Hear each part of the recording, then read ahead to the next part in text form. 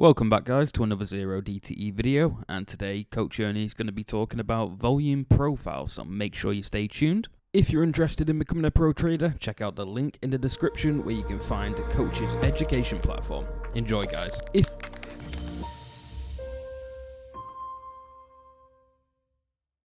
On the TradingView view of the blue lines, the volume profile, it seems to always be different than on my setup. Can you show us your settings? Yeah, they're in the strategy channel. Strategy channel is where all the settings are. Okay. Yeah, I'll show it to you, of course, but I'm just saying that's where they are. And once you set it up once, then you should go down to the button that says default and then save it as a default so that you'll never have to do it again. I swore I did that. Or is it the timeline that makes it look different? Oh, of course it's going to be different because depending on how much you're showing in the window, it's always going to be different because when we set up the profile, we set it up so that we're using the visible range profile. So the profile on my chart is only the profile for what is visible in the current window. When I change my time frame, you're putting a different amount of price action in there, and then the profile is built on whatever's showing in that window. You're not going to see the full picture.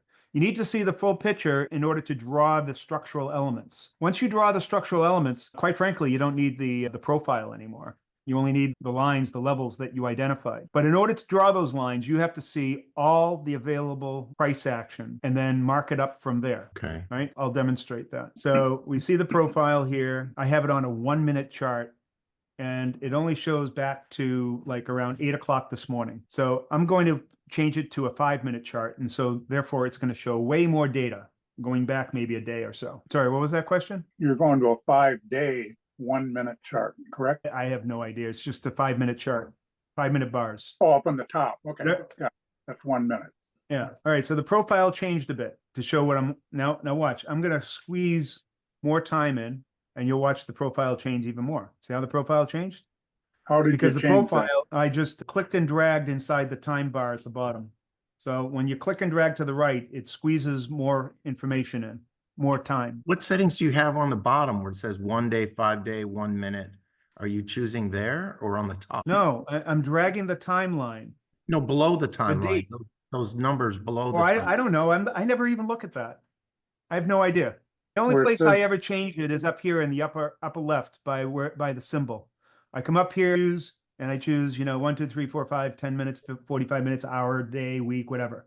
That's where I choose. I never look at anything else. That's all I look at. So if you're trying to look for something specific or something special that I'm doing, I'm not. I'm just looking at what is the size of the bars. That's all I'm doing. I'm just trying to change the size of the bars. I'm not trying to get any kind of special range or anything like that. I change the range by simply dragging the time bar. I can drag it to bring in as much as I want or as little as I want. And that's all I really care about is how much is showing in the window. That's it. Nothing else. I can go to 15-minute and I'll look at it and I'll say, oh, okay.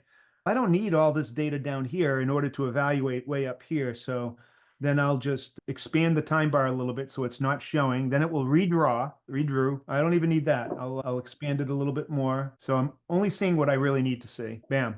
All right. So now I see everything that I need to see. There's no other data or price action to the left of this that is relevant, because we're at all-time highs. If there was relevant data, then I would want to get it all in play, but it's not. There is nothing to the left. How do I know that? Okay, I'll zoom out a bit and I'll show you that there's nothing to the left. So here's an hour chart, and I'm looking at this area up here. There's nothing to the left. So I don't need to bring it in. If I was down here and zoomed in to 5 minutes and there was all this stuff to the left and I wanted to update my profile annotations and put in the structural levels, I would have to make sure that I get all the data all the way back here so that I can see it, so that it properly constructs the profile. All of the historical data on the profile are absolutely imperative that you see that so that you can create your structural levels. But if it's not there, you only need what is available. Like up here, the only thing that's really useful to me is there is nothing to the left of it. Right? There's nothing out here. So I don't need to show all that. I only need to show what's inside this box. So I can neatly change that by simply either dragging this or changing my time frame to a lower time frame, like a 30-minute or something like that, then dragging it until I only get what I need. All right. So now there's what I need. That's even too much. Maybe there. Yeah, I guess I was looking at those numbers in the bottom. but I guess that's the same as the indicators on the top. Yeah, I guess. I never use them. So I have no idea what, I just never use them. Okay. All right. No, thank you. That's my question. All I care about is how much I can jam into the window so that I can create the profile. And I get everything that is necessary within the levels that I'm interested in at that moment. Over the past few days or past week or so, we haven't been really that interested in anything else because the market is at all new highs and it's going sideways and there's nothing to the left of it in the past.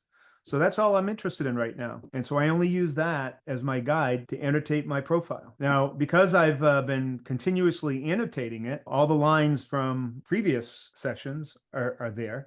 They don't go away. So if price does go down, I have some of those to rely on. But I would imagine as price goes down, it's going to modify the profile a little bit more because as price comes down, it's going to be depositing volume into these here. But what you'll notice is that as the price comes down, it will be paying attention to where previous levels were and just adding to it and making it more mature because those structural levels are persistent over days, over weeks, over months, over years, over decades. The more information that it goes back on those levels, the more mature and stronger those levels are. I produced and wrote up 7 documents that I put into the Discord this morning that talk about this from beginning to end, as well as talking about how to evaluate price action and candlesticks and technical analysis and everything that you need, and talking about structural levels and market memory and all the theory behind it. It's all there in those documents. Thank you for explaining the indicator thing.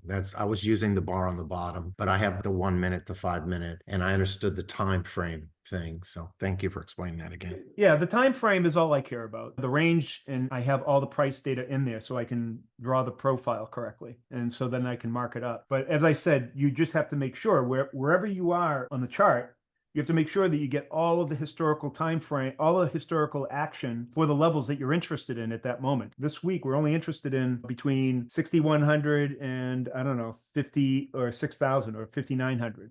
There's really not any use to go below 5,900 because there's no historical price action behind that. If there was, then I would want to get that in there too. So when you set up your volume profile, I've got a volume profile, but it looks different than what yours looks like.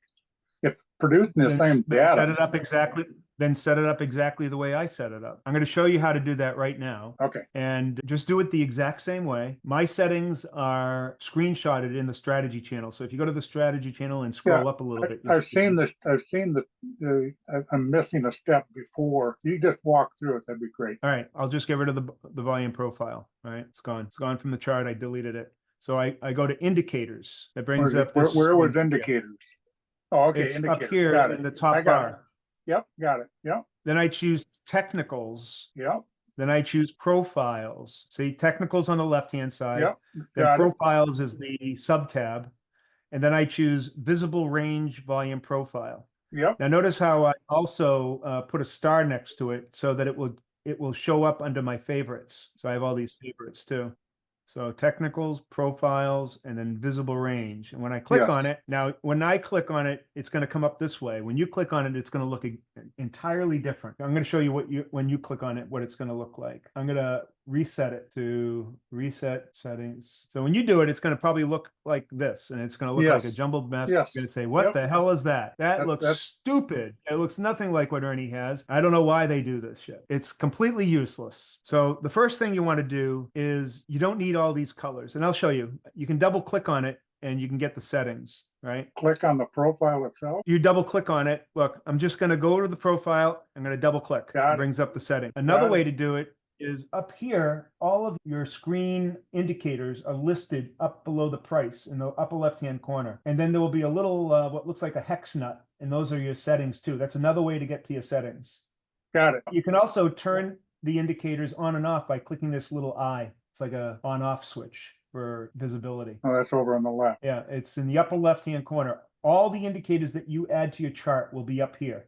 So if you have a whole bunch of indicators and you're wondering what the hell's going on, we'll go up here and then just delete them all and start all over again. Okay, so you're at... a lot of people will add stuff to their chart and there'll be all this stuff and they don't know what the hell they're looking at. Start simple. You don't need very much more than the volume profile, quite frankly. You'll never need, really, there's not much else you need. So once I get the settings up here, you'll see that there are 3 sub-tabs. of which Yep. only inputs and style are what we use. We don't look at visibility. Don't worry about that. Now, there's a number of things that you need to change. For one, we got to get rid of these stupid colors. And so we Yep. have to make them all the same. What they're showing is up and down volume. Right. There's no way that up and down volume are things that we can discern or use or make any sense of. So instead of up and down volume, we just choose total volume. And see, it changes it all one color. Okay, that did. All right. The next thing is we want maximum detail. We want to see every single little bar if we can, because they're all significant. These big chunky bars are virtually useless. So the way we change that is through rows layout and row size. Those two in combination. There's two different modes. There's the total number of rows or the ticks per row. A row is one tick on the scale, on the price scale on the left-hand side. Each, because in the index or on the ES, for every dollar, there are 4 ticks because it goes in what, 25-cent increments. 25 cents, it'll go from $1 to $1.25 to $1.50, $1.75, $2. All right. And that's the maximum possible resolution that you could have. So you could choose to go by the maximum possible resolution by changing this to ticks per row and then changing row size to 1. That will give you 1 row of volume for every tick on the chart. So when I click that, that gives me maximum resolution. See how fine detailed it is? Yours is still, mine still All has. right, that's different than this. That looks chunky. All right, so there are 2 ways to get fine detail. The absolute way is to use ticks per row and change row size to 1. That's the absolute. But sometimes if you have an index that has too many rows in it that it can't display it, it won't show the volume profile. So instead, there's another way you can show maximum resolution by going to number of rows, and see now it's number of rows 1. There's just 1 big row, and change it to, I don't know, 1,000. So now it will have 1,000 rows of volume, right? That's another way to do it. So either or, you can go to ticks per row with 1 row, or you can go number of rows with 1,000 rows. Either way will give you a very fine-grained look at it. Now, the next thing to do is, if you look at my volume profile here, you'll see that it's all blue and everything, but there's a light blue and a dark blue area. There's dark blue down here and up here, and then there's light blue right here in the middle. You're wondering, what the hell is that? I'll show you what that is. That's the value area volume. The 70 means that it's making the area that's light, where 70% of the total volume in this chart is highlighted, the highest 70%. But I don't care about that. That's totally useless to me. It should be totally useless to everybody, but there has been a lot of work, and this has evolved over a long period of time from other types of indicators, and they came up with these ideas and 1 standard deviation, and all this is going to have some sort of significance.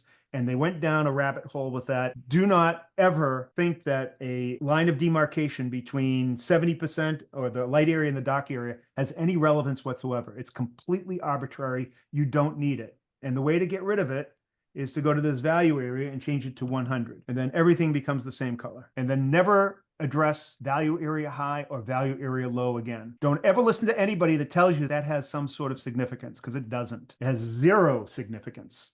I'm sure there are a lot of you out there that have seen this before and thought, oh, it's 1 standard deviation. And then you'll see other people that talk about taking trades there. They're idiots. Hopefully I have impressed upon you. I think you need to stop sugarcoating things, Ernie, and tell us how you really feel. Yeah, don't sugarcoat it. All right.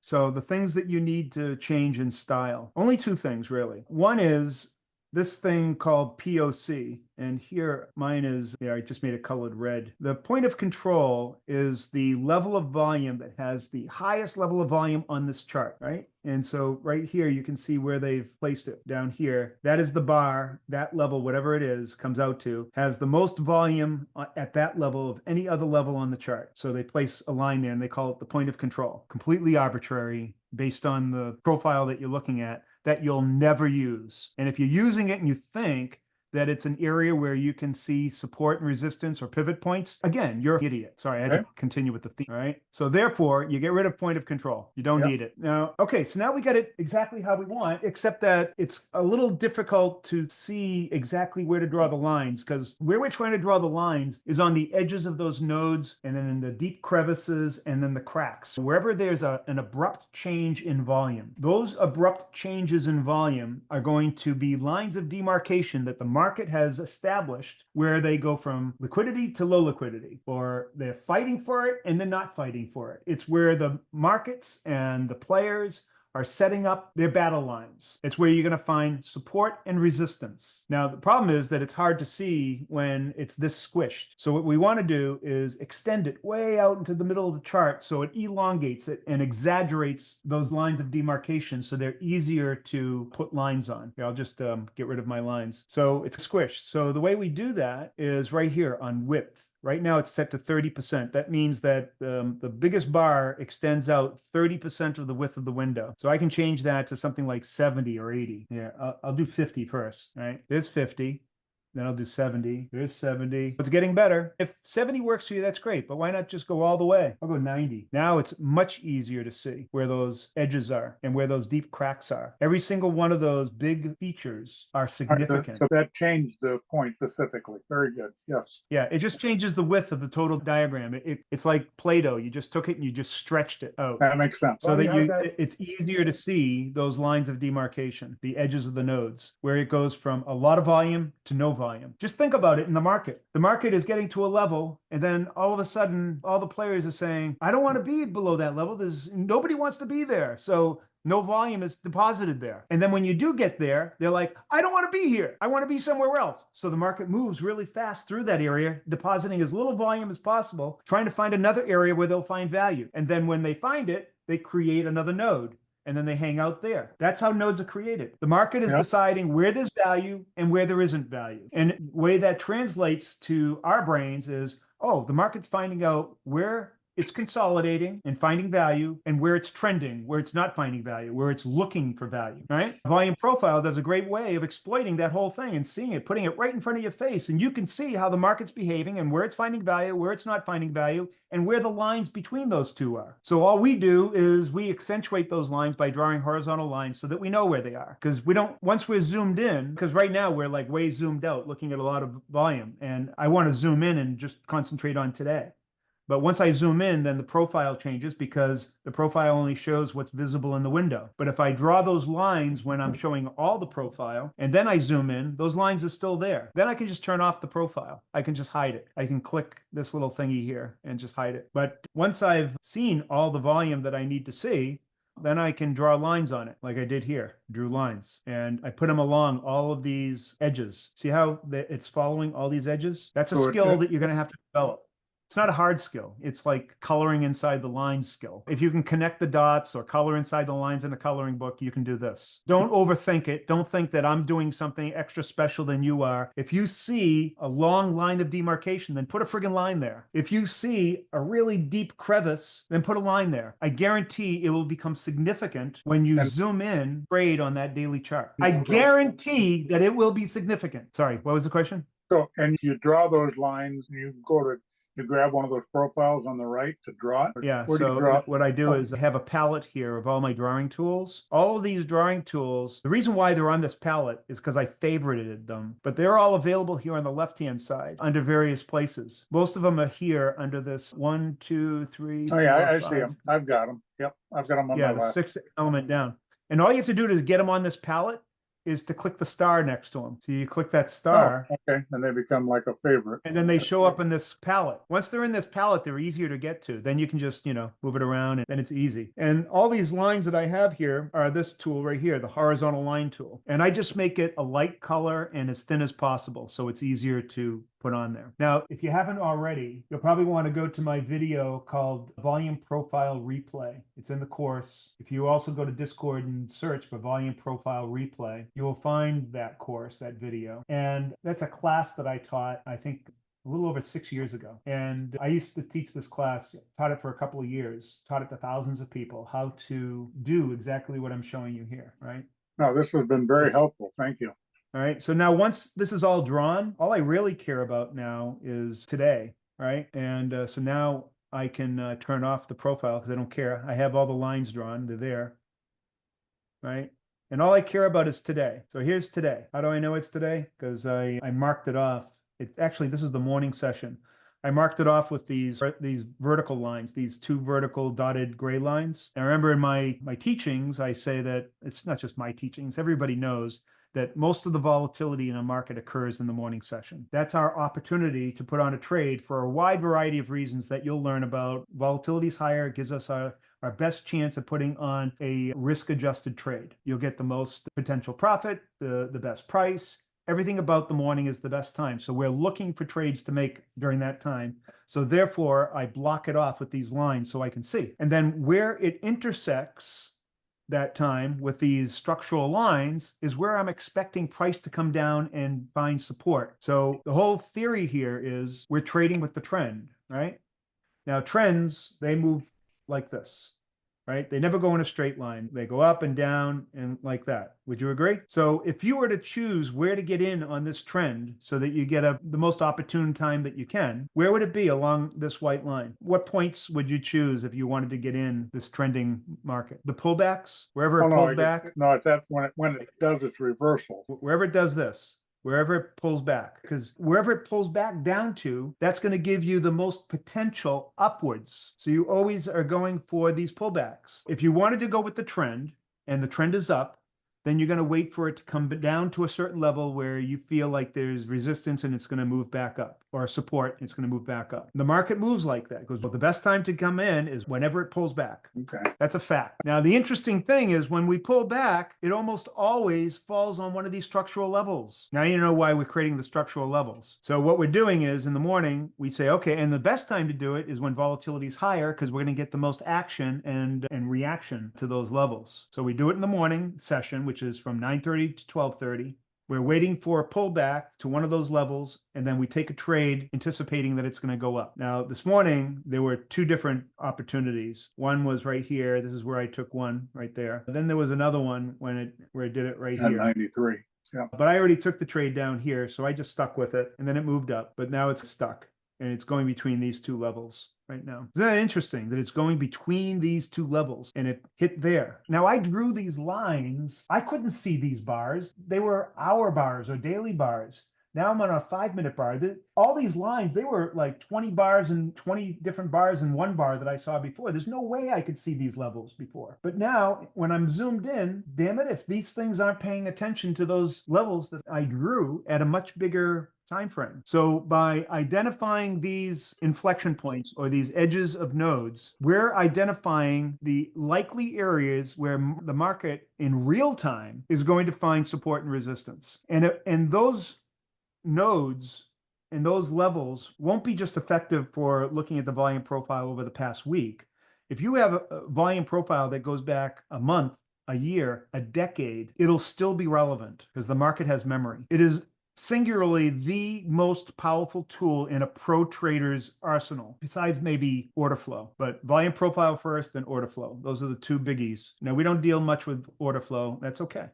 We're taking the one that's most important, and that's volume profile, or levels of inflection, where support and resistance are, where the market has decided the lines of demarcation are. This is how all pro traders, institutional traders, fund managers, currency traders, they all do exactly the same thing. They trade on levels. They don't trade on technical analysis or moving averages or indicators. They trade on levels. Of course, all the retail traders are taught something completely different. That's on purpose, by the way. Thanks for watching, guys. I hope you enjoyed the video, and if you did, make sure you hit that subscribe button and hit the like button below. If there's any questions that you might have for Coach Ernie, make sure you leave them in the comment section. Thanks, guys.